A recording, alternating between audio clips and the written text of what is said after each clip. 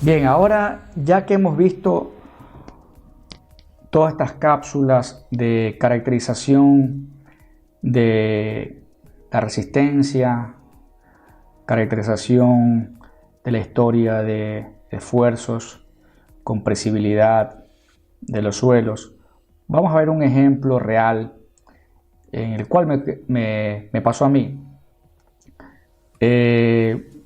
Tuvimos un proyecto de unas arcillas muy blandas en una planta en el cual se quería mitigar los asentamientos por consolidación previo a la construcción o la operación de la planta. En este caso se utilizaron varias técnicas, el cono, se obtuvieron muestras inalteradas con tubo Shelby y luego se llevaron al laboratorio para hacer ensayos de compresión simple, veleta de laboratorio, y luego se hizo también ensayos de SPT con medición de energía y estimaron el SU con las ecuaciones que le he enseñado, y hicimos ensayos de cono. Ahí se propuso un sistema de precarga con wick drains, que son drenes verticales para poder acelerar el proceso de consolidación. Se colocaron diferentes alturas de precarga y se estimaron tiempos y también asentamientos producto de este relleno del proyecto, y se quería que estos rellenos generen su asentamiento antes de que entre en operación, y para eso colocamos una precarga, un relleno adicional del relleno de servicio, junto con los drenes para acelerar el proceso de consolidación. Entonces ahí vamos a ver el sector con color verde, la línea con color verde es el sitio donde se hizo el estudio, y una sección AA para ver las características geotécnicas. Aquí vemos entonces primero el contenido de finos, el pasante del tamiz 200. Vemos que tenemos casi 100%, 90% del pasante del tamiz 200, y luego tenemos ya unos estratos arenosos después de la cota menos 16. El índice de liquidez, tenemos entonces en la parte superior un suelo sobreconsolidado por desecación, y luego tenemos un índice de liquidez constante de alrededor de 0.9 a 1 de índice de liquidez. Luego tenemos la resistencia del corte no drenado, los puntitos azules, sin línea llena, sino azules, transparentes, son los estimados con las ecuaciones del SPT y la resistencia del cono. Con color rojo con puntos son los ensayos de compresión simple, y con línea y con punto verde son ensayos de Torbain o veleta de laboratorio. Luego estimamos la resistencia al cono con la ecuación de Robertson, que ya se le explicó, la resistencia del corte no drenado. Vemos entonces que hay una zona de alta resistencia en la parte superficial, producto de la desecación, de la fluctuación del nivel freático, y vemos un OCR, una relación de sobreconsolidación, en el cual hicimos ensayos odométricos y nos salía un valor de 1 en el ensayo odométrico, pero con el cono salían valores de 2, y fuimos por el lado de la incertidumbre y dijimos, ¿sabes qué? No tenemos tanta seguridad con el cono, vamos a ser más conservadores y vamos a usar los ensayos de consolidación.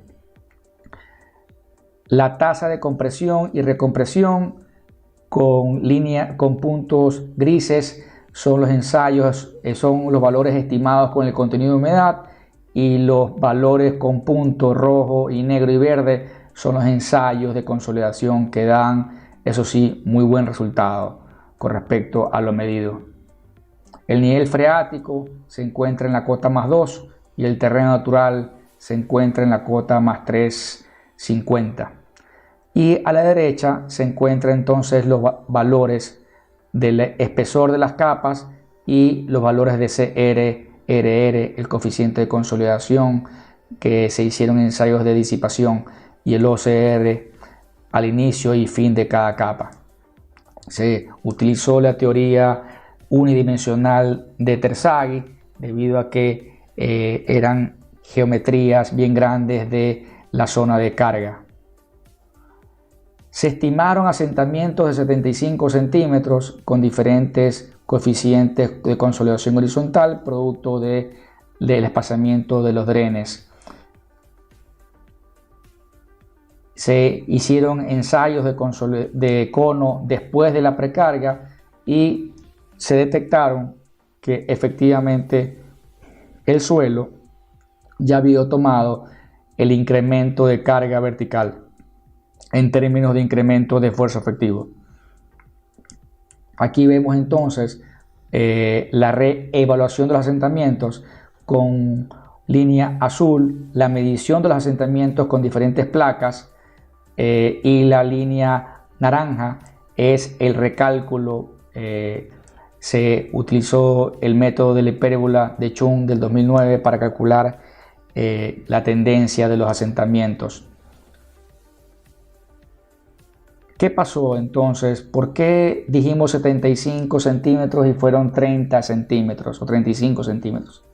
Bueno, lo que pasa fue que no le creímos al cono y le creímos a los ensayos de consolidación con muestras que no estaban, muestras de no tan buena calidad, producto del propio tubo Shelby. En realidad, la razón de sobreconsolidación, aquí tenemos el original y el modificado. Fíjense que en el modificado tenemos OCRs cuando antes teníamos 1.8 a 1.6, ahora tenemos 2.6 a 2.2. Antes teníamos 1.6 a 1.2, ahora tenemos constante 2, que es lo que mostramos con la línea de color verde, la tendencia en el cual podemos o pudimos predecir o calibrar con lo medido. Y ahí está entonces la gráfica de la estimación de los asentamientos con los parámetros modificados de OCR. No modificamos la tasa de la rama virgen y de la rama de recompresión, la tasa de compresión. Eso no modificamos. Modificamos solamente el OCR, de pasar de 1.6 a 1.2, de 2.6 a 2. Ese incremento de OCR, dándole más peso a los ensayos in situ que a los ensayos de consolidación odométrico de laboratorio, nos generaba esta línea negra que es muy consistente con los medidos en campo, con las placas de asentamiento, con el método de la hipérbola, y es prácticamente menos de la mitad de lo que se estimó inicialmente. Entonces aquí pueden ver ustedes cómo una mala selección de un parámetro geotécnico como es el OCR, podríamos estimar del doble los asentamientos esperados con los medidos. Eso no quiere decir que la teoría está mal, no, el OCR estimado estuvo mal, porque en realidad hay que darle mayor peso a los ensayos in situ como dilatómetro, ensayos como el cono, para poder estimar con mayor precisión los parámetros de relevancia. En este caso de asentamiento por consolidación fue la razón de sobreconsolidación. Entonces, ustedes han aprendido que en función de lo que ustedes vayan a estudiar y el tipo de suelo, escoger los parámetros que inciden, como el caso de las arcillas, es la relación de sobreconsolidación. Es muy importante comenzar a trabajar con ensayos in situ para medir o estimar in situ los parámetros y no utilizar ensayos de consolidación que posiblemente las muestras estén alteradas producto de que al sacarlos han tenido mucho esfuerzo desviador y por lo tanto hemos destruido la historia de la microestructura de la arcilla, en este caso que tenía un OCR constante 2, posiblemente por cementación. Muchas gracias por haber participado en este curso. Si es que tienes alguna inquietud, por favor visítanos a nuestra página web. El próximo curso que estaremos dictando va a ser sobre la respuesta dinámica de suelos.